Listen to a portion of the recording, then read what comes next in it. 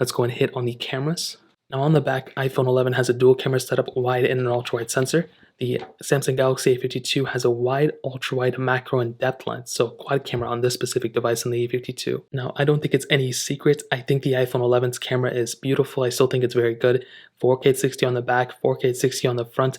A very solid camera still for sure. This is horrible lighting for my iPhone, but it's very good lighting for my DSLR.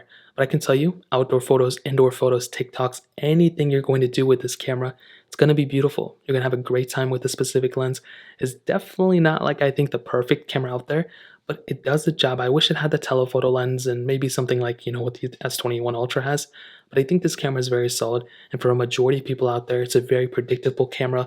All the apps like TikTok, Instagram support this camera very well. I think it's a very solid camera all around. Now, something like the Galaxy A52, I actually do think this is a very solid camera as well. It's definitely not perfect, but I think it gets the job done. Now, 4K 30 on the back, but you do have 4K 30 on the front.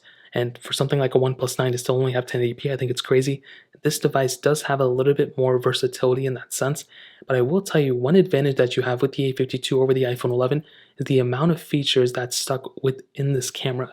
There are so many features in this camera that's so crazy. You can go and click more. You have like tons of pro mode options and so many different things so you guys can kind of look through them yourselves. This camera has it all. It's a very solid camera. It's up there with like an S20 kind of, in terms of capability. And I think that's something that's very awesome. It's definitely not the perfect camera. I think the iPhone 11 is the better camera for sure. But for a budget tier phone, this is actually a pretty solid camera overall. So in terms of that covers it up in the camera standpoint. Now,